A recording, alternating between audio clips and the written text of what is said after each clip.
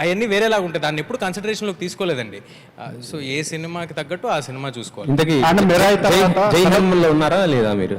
Sir జై హనుమాన్ చాలా clarity ఏంటంటే దాంట్లో సినిమా ఎండింగ్ హనుమంతుల వారి మీద చేయడం జరిగిందండి. సో ప్రొడామినెంట్లీ హనుమంతుల వారి క్యారెక్టర్ మీద సినిమా ఉంటుందండి. అందులో హనుమాన్ కూడా ఉంటాడు. హనుమాన్ కూడా ఉంటాడు. కంప్లీట్ కానీ అంతే సార్.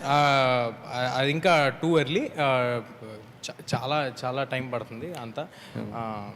అప్పుడు తేజ గారు, అండ్ ఈ మిరాయితో హిట్ కొట్టిన తర్వాత మీరు మ్యారేజ్ చేసుకోబోతున్నారంట, నిజమేనా? అమ్మా మ్యారేజ్ సార్ ఇది ఫస్ట్ టైం వింటున్నాను నేను. ఇదైతే లేదు, ఇప్పట్లో ఇంకా 5 ఏళ్ళు మ్యారేజ్ లేదు. కానీ సరే, విశ్వప్రసాద్ గారు ఆయన డెసిషన్ తీసేసుకున్నాను. విశ్వప్రసాద్ గారు, ఇప్పుడు పొంగల్కి మన ప్రభాస్ గారిది వస్తుంది సినిమా అని చెప్పేసి అంతా అక్కడ వీళ్ళు మాట్లాడుకోవటం కదా. ఇప్పుడు మిరాయిని April 18th అని 1 year ముందే అనౌన్స్ చేశారు. ప్రభాస్ గారిది కూడా కరెక్ట్గా ఒక డేటు అలాగే ఏమైనా అనౌన్స్ చేయొచ్చు కదా.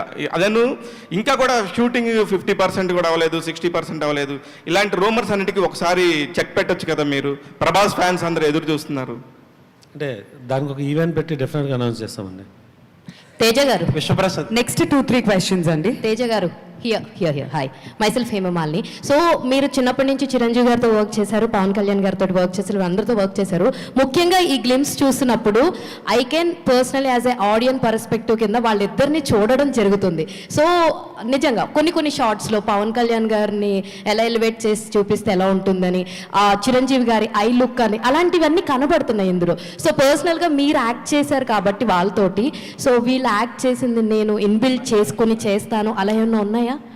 అస్సలు లేదండి, అస్సలు 1% కూడా లేదు, ఎప్పుడూ లేదు. నాకు అలాంటి ఒక్కొక్కసారి అందరు డైరెక్టర్స్ నా ఫ్రెండ్సే కాబట్టి ఏమైనా కొంచెం బాడీ మూమెంట్లో తిరిగేటప్పుడు యాక్షన్ సీక్వెన్సెస్ చేసేటప్పుడు ఎండింగ్లో చిరంజీవి గారు లాగా ఎండ్ చేస్తూ ఉంటుంటారు. అది ఎందుకంటే చిన్నప్పటి నుంచి చూసి ఉన్నాం కదా.